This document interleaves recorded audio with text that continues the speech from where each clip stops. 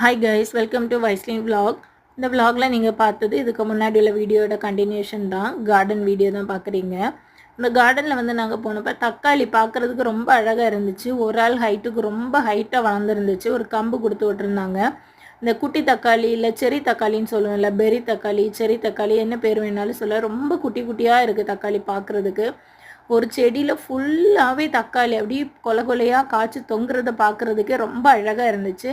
நிறைய பழுத்தும் இருந்துச்சு. ஆரஞ்சு கலரில், ரெட் கலரில் கீழே விழுந்து கிடந்துச்சு. ரொம்ப அழகாக இருந்துச்சு பார்க்குறதுக்கு.